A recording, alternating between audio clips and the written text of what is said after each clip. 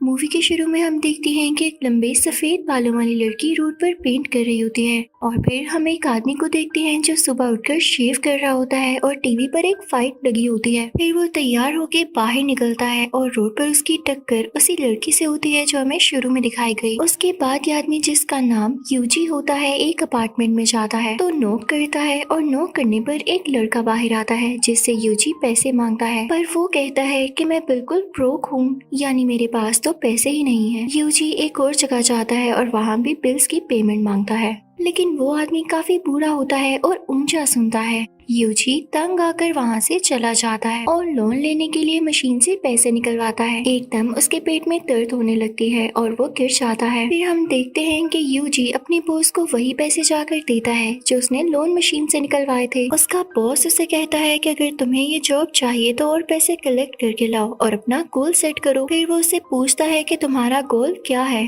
वो कहता है 3 मिलियन। वो उसे पंच मारने लगता है तो यूजी कहता है 5 मिलियन। बॉस कहता है कि अगर तुम फेल हुए तो वापस मत आना। वो कहता है कि मैं फेल नहीं होऊंगा। फिर हम यूजी को एक लाइब्रेरी में देखते हैं। वहाँ एक लड़की काम कर रही थी जो उसे पसंद आ जाती है। वो वहाँ से एक कैसेट बाय करता है और यूजी उस लड़की को अपना कार्ड भी दे देता है। फिर वो लड़की जब बुक सेट कर रही होती है तो एक लड़का कार में बैठा उसे घूर रहा होता है। फिर हम देखते हैं कि यूजी वो कैसेट सुन रहा होता है और उस लड़की के बारे में सोच रहा होता है, तो उसकी कैसेट चलना बंद हो जाती है। फिर वहाँ से वही सफेद बालों वाली लड़की गुजरती है। फिर यूजी को उसकी मॉम की कॉल आती है। वो उसे 1 मिलियन मांगती है। यूजी कहता है कि मैंने आपको पहले भी मनी भेजी थी। वो कहती है कि मैं पैसे जाया नहीं करती और तुम तो जॉब भी करते हो तो तुम मुझे आसानी से पैसे भेज सकते हो। फिर यूजी दोबारा से लोन लेने के लिए बैंक में जाता है और वहाँ लोन की लिमिट ही खत्म हो चुकी होती है क्योंकि वो पहले से ही बहुत सारा लोन ले चुका था। अचानक से उसके पेट में फिर से दर्द होती है और वो अनकॉन्शियस हो जाता है। वही लड़की उसके ख्याल में आने लगती है और फिर उसको ब्लड वॉमिट हो जाती है। यूजी डॉक्टर के पास जाता है तो उसे कैंसर डायग्नोज होता है।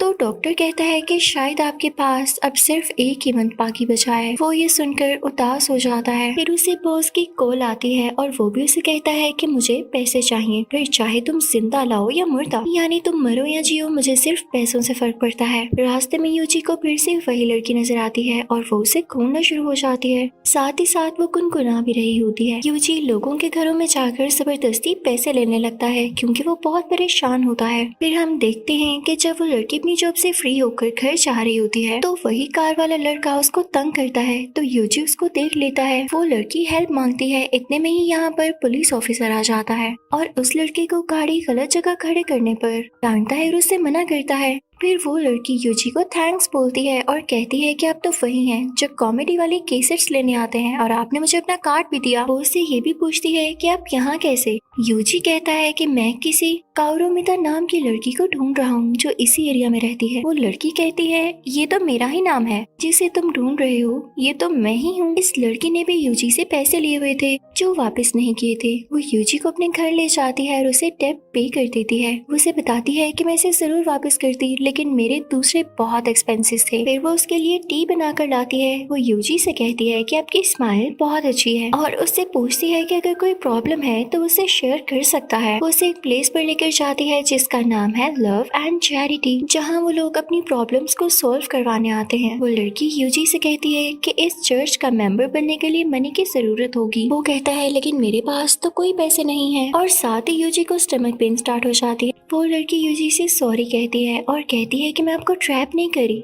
मैंने बहुत हार्डशिप्स देखी हैं, लेकिन जब से मैं यहाँ आई हूँ मेरी सारी प्रॉब्लम सॉल्व हो गई हैं। उन दोनों को बात करते हुए एक बच्चा देख लेता है। फिर वो कहती है कि मेरे हार्ट में भी पेन होती है आपकी तरह। तो यूजी उसे टच करता है और इसके बाद वो वहाँ से निकल आता है तो एक लेडी उसे एक क्लब में ले जाती है जहाँ पर कुछ लड़कियाँ भी होती हैं। वो एंजॉय करती हैं, लेकिन इसके बाद वो सब लड़कियाँ मिलकर यूजी के सारे पैसे चुरा लेती हैं और फिर यूजी को बाहर धक्का दे देती हैं। वो बच्चा जो चर्च में था वो यूजी को 2 बार पाँव से मारता है। यूजी उसको स्लैप करने लगता है। कई कपल उसे ऐसा करता देखकर पुलिस को जोर जोर से आवाज देने लगते हैं कि ये आदमी एक बच्चे की जान ले रहा है। यूजी वहाँ से भाग जाता है। वो लड़की उसको ढूंढ रही थी। पुलिस उसका पीछा करती है और वो पुलिस ऑफिसर्स फाइटर्स को वहाँ बुला लेता है और फिर हम आसमान से एक चीज उभरती हुई देखते हैं। यानी आसमान पर वो चीज नजर आती है जो कि एक ग्लास वॉल थी और उस सफेद बालों वाली लड़की के साथ उस जैसी एक और लड़की थी। वो दोनों आसमान की तरफ इशारा करती हैं तो एकदम से एक ब्लास्ट होता है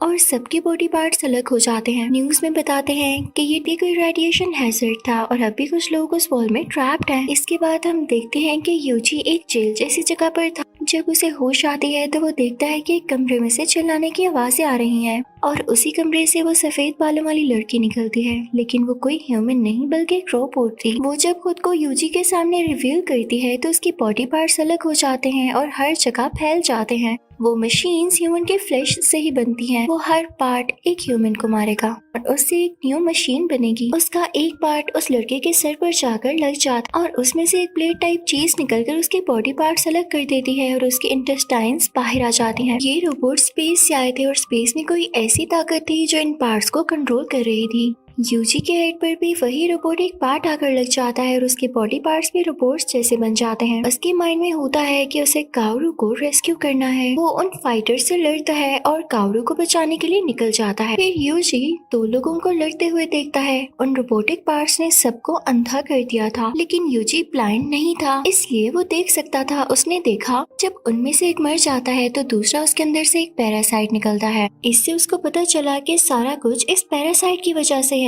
अगर इसको मार दिया जाए तो ये सारे रोबोट से खत्म हो जाएंगे। यूजी उन सब लोगों को देखता है जिन्होंने उसे पैसे मांगे थे और उसको ब्लैकमेल किया था। उसका बॉस एक लड़की के साथ उन्हीं रोबोट्स का शिकार हो गए थे। वो किसी मासूम लड़के को मार रहे थे तो यूजी वहाँ जाकर उनसे लड़ता है, लेकिन उसका बॉस फिर जिंदा हो जाता है। वो सब लोग जिन्होंने यूजी के साथ बुरा किया था, यूजी उनको मार देता है। यूजी उनके पास जाता है और कावरू को डोर खोलने से रोक देता है। अचानक से वहाँ वही लड़का आ जाता है जिसने कावरू के साथ गलत करने की कोशिश की थी। वो भी इस पैरासाइट से अफेक्टेड था। उसने उस बच्चे को भी मार दिया और कावरू और उस छोटी बच्ची को पकड़ लिया। फिर हम देखते हैं वो फाइटर्स लोगों को रेस्क्यू करने का सोचते हैं। उनका लीडर कहता है कि अब हम लोग पुलिस ऑफिसर्स नहीं बल्कि सेवियर्स हैं, हमें लोगों को बचाना होगा। वो लड़का कावरू और बच्ची को लेकर जा रहा होता है तो यूजी भी उनके पीछे आ जाता है। यूजी कावरू से कहता है कि मैं तुम्हें बचा लूंगा। कावरू कहती है कि मुझे सिर्फ चर्च की फिक्र है, हमें उसे बचाना होगा। फिर हम देखते हैं कि वो ऑफिसर्स उसी क्लब में जाते हैं जहाँ यूजी गया था। वहाँ भी वो सब लड़कियां उस पैरासाइट से इन्फेक्टेड थीं। वो उनसे फाइट करना शुरू हो जाती हैं और दूसरी तरफ यूजी उस लड़के से कावरू को बचा रहा था। वो यूजी को जोर से फेंकता है और वो खिड़की से क्लब में जाके गिरता है। वहाँ वो ऑफिसर्स को उस लड़की से बचा लेता है और फिर वो सब मिलके फाइट करते हैं। वो अपनी फाइटिंग स्किल से उनको एक एक करके मार देते हैं, लेकिन उनमें से एक लड़की मरी नहीं होती। वो फिर से अटैक कर देती है। उधर कावरू उस लड़के को चर्च की तरफ लेकर जाती है और वो लाइब्रेरियन हिम्मत हार जाता है तो कावरू उसे बातों में लगा लेती है ताकि वो होश में रहे। वो लोग चर्च पहुंच जाते हैं तो वो लड़की देखती है कि वहाँ का गुरु भी पैरासाइट से इन्फेक्टेड था और सबको मार चुका था।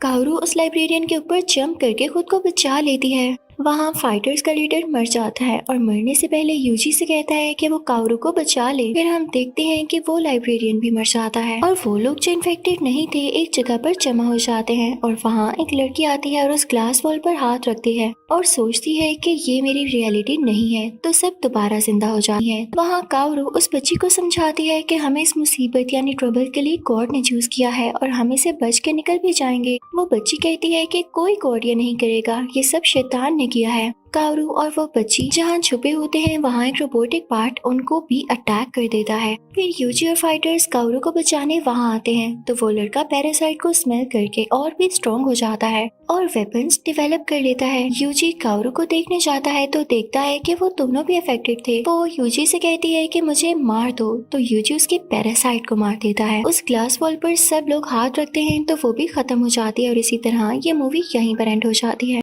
मूवी के स्टार्ट में डेनमार्क का राजा अपनी जीत का जश्न मना रहा था। ये बात बहुत सालों पहले की थी। इस जश्न के शोर से वहाँ एक केव में एक ड्रैगन तंग हो रहा था, जिससे उसको बहुत गुस्सा आता है और वो महल पर अटैक कर देता है। वो देखने में तो बिल्कुल इंसान जैसा पर बहुत ही पावरफुल और अगली था। वो वहाँ सभी लोगों को खत्म करने लगता है और कोई उससे नहीं जीत पाता। और जब आखिर में वो राजा को खत्म करने के लिए बढ़ता है तो अचानक कोई पावर उसे पीछे खींच लेती है और वो वहाँ से गायब हो जाता है। उस ड्रैगन का नाम ग्रैंडल था। अब हम देखते हैं कि जब ग्रैंडल अपनी केव में था तो उसको आवाज आती है कि तुम इंसानों को नुकसान क्यों पहुंचा रहे हो, तुम्हें तो इसकी इजाजत नहीं है। ये आवाज उसकी माँ की थी जो उससे ज्यादा ताकतवर थी। अपनी माँ के बात के जवाब में वो कहता है कि वो लोग शोर कर रहे थे जो मुझे तकलीफ देता है। अब इस सीन में हम बादशाह का महल देखते हैं जहाँ गुजरी हुई रात बहुत अजीब थी। इस सारी सिचुएशन को बादशाह देखते हुए कहता है कि अब यहाँ कोई जश्न नहीं होगा और इसी के साथ वो किसी ऐसे आदमी को ढूंढने का हुक्म देता है जो ग्रैंडल को मार सके। साथ साथ वो ये भी कहता है कि जिस आदमी ने ये कर दिया तो बादशाह उसे अपना पार्टनर बना लेगा और इस काम को करने के लिए वहाँ पर बियोवुल्फ आता है जो बहुत ब्रेव था। इधर बियोवुल्फ आकर बादशाह को कहता है कि वो ये काम करेगा, लेकिन यहाँ बादशाह का खास आदमी उससे कहता है कि तुम तो एक हारे हुए आदमी हो, तुम स्विमिंग कंपटीशन में हार गए थे। बियोवुल्फ इस बात को सुनते हुए अपनी कहानी बताता है कि जब वो लोग स्विमिंग कर रहे थे तो तब एक तूफान आया था और इसी के साथ बहुत सारे वाटर ड्रैगन भी। वो बताता है कि मैंने सबको अपनी तलवार से मार दिया और आखिर में जब मैं जीतने ही वाला था तो एक बहुत बड़े ड्रैगन ने मुझे नीचे खींच लिया। लेकिन ये आखिरी बात झूठ थी क्योंकि वो आखिरी कोई ड्रैगन नहीं बल्कि एक मरमेड थी जो बहुत ही खूबसूरत थी और यही उसके हारने की वजह बनी थी। अब दोबारा बादशाह बियोवुल्फ से बात करता है और कहता है कि अगर तुमने उसे मार दिया तो तुम्हें तोहफे में ये हॉर्न दिया जाएगा। इसी के साथ बादशाह उसे एक टिप देता है कि अगर तुमने किसी ड्रैगन को मारना हो तो उसके दिल पर वार करो जो कि उसकी नेक साइड पर होता है। दूसरी तरफ बियोवुल्फ बादशाह के पास खड़ी गाना गाती हुई मलका को पसंद करने लगता है और यहाँ सबके वहाँ से चले जाने के बाद मलका उसे बताती है कि ग्रैंडल बादशाह का ही बेटा है, इसीलिए वो अपने फादर को नहीं मार सका। इसके बाद बियोवुल्फ सबसे कहता है कि जश्न जितना शोर किया जाए ताकि वहाँ पर ग्रैंडल आ जाए और ऐसा ही होता है, वहाँ पर ग्रैंडल आ जाता है। सब उसकी पावर देखकर हैरान होते हैं क्योंकि उस पर कोई भी वेपन असर नहीं कर रहा था और साथ ही साथ वो लोगों को जिंदा खा रहा था। ग्रैंडल के सामने सारे ही सोल्जर्स हार मान लेते हैं पर यहाँ बियोवुल्फ अभी तक सिर्फ उसे नोटिस कर रहा था और जब ग्रैंडल उस पर अटैक करने आता है तो वो बहुत ज्यादा नॉइस क्रिएट करता है और इसी के साथ उसकी पावर कम हो जाती है और पावर कम होने पर बियोवुल्फ जल्दी से उसके कान काट देता है। ग्रैंडल तकलीफ में वहाँ से भागने लगता है पर बियोवुल्फ उसे जंजीरों में पकड़कर उसका हाथ काट देता है। यहाँ सभी बियोवुल्फ के जीत जाने पर जश्न मनाने लगते हैं और ग्रैंडल को हम उसकी माँ के पास देखते हैं जो उससे वादा करती है कि उसका बदला जरूर लेगी। इधर वो बादशाह उसे वो गोल्डन हॉर्न दे देता है जिसका उसने वादा किया था और मूवी के नेक्स्ट सीन में हम देखते हैं कि ग्रैंडल की माँ मरमेड की शक्ल में आकर बियोवुल्फ के ख्वाब में उसे वार्न करती है जहाँ वो देखता है कि बहुत सारी डेड बॉडीज छत से लटकी हुई हैं और वो वहाँ पर अकेला है। इधर दूसरे सीन में हम बादशाह को देखते हैं जो बियोवुल्फ को ग्रैंडल की माँ को मारने का मिशन देता है।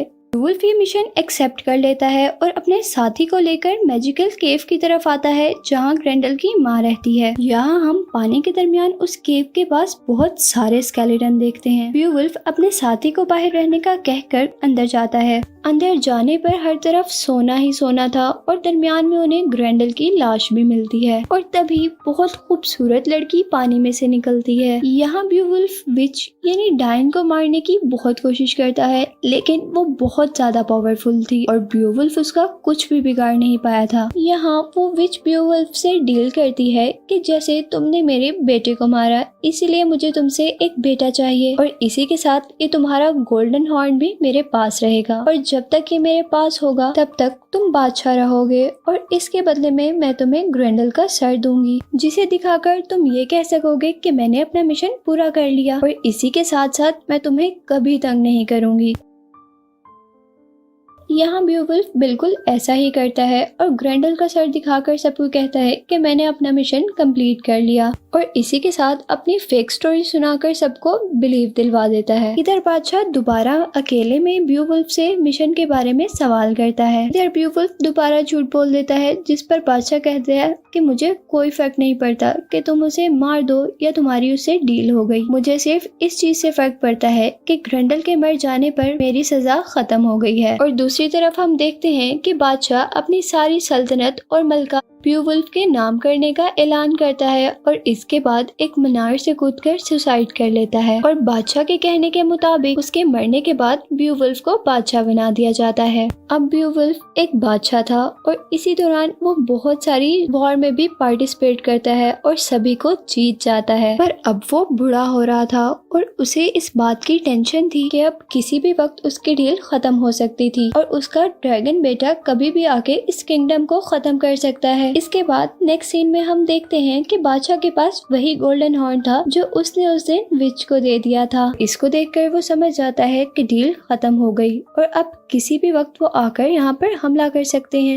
उसी रात को एक ड्रैगन एक गांव को खत्म कर देता है और पहले राजा के खास आदमी को जिंदा छोड़ देता है, ये पैगाम बादशाह तक पहुंचाने के लिए कि उसका बेटा बदला लेने आ गया है। और वो आदमी ब्यूवुल्फ तक सभी पैगाम पहुंचा देता है। इधर ब्यूवुल्फ अपने किए पर बहुत ज्यादा शेम था और वो मलका को सारी बात बता देता है। मलका उसे माफ कर यहाँ से बहुत दूर चलने का कह देती है, लेकिन वो कहता है कि मैं इस किंगडम को बचाना चाहता हूँ और वो ड्रैगन को मारने के लिए निकल जाता है। नेक्स्ट सीन में हम ब्यूवुल्फ को उस मैजिकल केव के सामने देखते हैं जहाँ पर वो अपने खास आदमी को कहता है कि अगर मैं मर गया तो नया राजा तुम होंगे। ब्यूवुल्फ उन दोनों ड्रैगन से रिक्वेस्ट करता है कि उनके स्टेट को छोड़ दिया जाए, लेकिन यहाँ वो ड्रैगन जो ब्यूवुल्फ का बेटा था बहुत गुस्से में था और ब्यूवुल्फ पर फायर अटैक करके आगे बढ़ जाता है। ब्यूवुल्फ भी ड्रैगन के पीछे पीछे जाता है और अपनी कुल्हाड़ी पर रस्सी बांधकर ड्रैगन को मारता है और उसी से लटक जाता है। दूसरी तरफ ड्रैगन को देखकर सारे सोल्जर्स उस पर अटैक कर देते हैं, जिनको ये नहीं पता होता कि बादशाह ड्रैगन के साथ है और यहाँ पर बादशाह को जल्दी से वहाँ से जंप करना पड़ता है। यहाँ वो ड्रैगन सब पर फायर अटैक कर रहा था और तभी ब्यूवुल्फ माउंटेन से जंप करके उस ड्रैगन के ऊपर चढ़ जाता है।